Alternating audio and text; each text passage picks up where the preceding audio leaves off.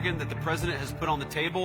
Iran যুক্তরাষ্ট্র উত্তেজনার মধ্যেই নতুন করে দ্বিতীয় দফায় আলোচনার সম্ভাবনা জোরালো হচ্ছে, যেখানে গুরুত্বপূর্ণ মধ্যস্থতাকারীর ভূমিকায় রয়েছে পাকিস্তান। হোয়াইট হাউস দক্ষিণ এশিয়ার এই পরমাণু শক্তিধর দেশটির বেশ প্রশংসা করে জানিয়েছে, পুরো প্রক্রিয়ায় পাকিস্তান অসাধারণ ভূমিকা পালন করছে। পাশাপাশি পরবর্তী দফার আলোচনা পাকিস্তানের রাজধানী ইসলামাবাদে অনুষ্ঠিত হতে পারে বলেও ইঙ্গিত দিয়েছে হোয়াইট হাউস।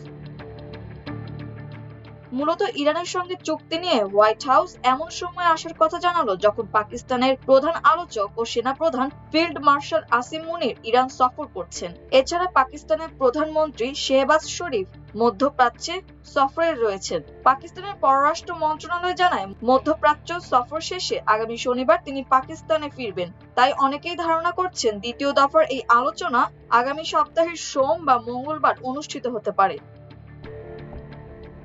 সংবাদ মাধ্যম দ্য নিউজ জানিয়েছে, পাকিস্তানে ইরানের সঙ্গে দ্বিতীয় দফা শান্তি আলোচনা আয়োজনের সম্ভাবনা নিয়ে কথাবার্তা চলছে এবং ওয়াশিংটন এ বিষয়ে একটি সমঝোতায় পৌঁছানোর ব্যাপারে আশাবাদী। তবে তেহরান হুঁশিয়ারি দিয়েছে যে যুক্তরাষ্ট্র তাদের বন্দর অবরোধ তুলে না নিলে তারা লোহিত সাগরের বাণিজ্য বন্ধ করে দিতে পারে।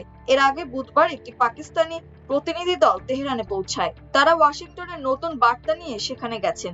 এর আগে প্রেসিডেন্ট ডোনাল্ড ট্রাম্প ইঙ্গিত দিয়েছিলেন যে গত সপ্তাহান্তের ব্যর্থ আলোচনার পর ইসলামাবাদে আবার আলোচনা শুরু হতে পারে।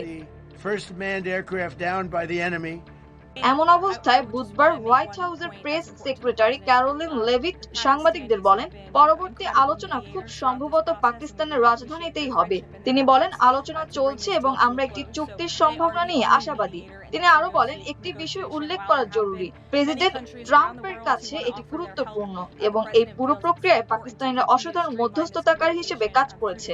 আমরা তাদের বন্ধুত্ব ও এই চুক্তি সম্পন্ন করতে তাদের প্রচেষ্টার জন্য কৃতজ্ঞ। যুক্তরাষ্ট্রের ভাইস প্রেসিডেন্ট জেডি ভ্যান্স বলেছেন, ইরানকে 6 সপ্তাহের যুদ্ধ শেষ করতে এবং দীর্ঘদিনের পারমাণবিক বিরোধ সমাধানে একটি বড় চুক্তি করার প্রস্তাব করা হয়েছে। ইরানের সঙ্গে প্রথম দফার আলোচনায় তিনিই মার্কিন প্রতিনিধি দলের নেতৃত্ব দেন।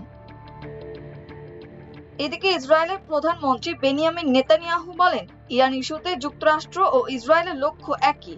তিনি বলেন, আমরা চাই ইরান থেকে সমৃদ্ধ পারমাণবিক উপাদান সরিয়ে নেওয়া হোক, তাদের সমৃদ্ধকরণ সক্ষমতা বন্ধ করা হোক এবং অবশ্যই হরমুজ প্রণালী পুনরায় খুলে দেওয়া হোক। মাল্টিমিডিয়া ডেস্ক, আমার দেশ।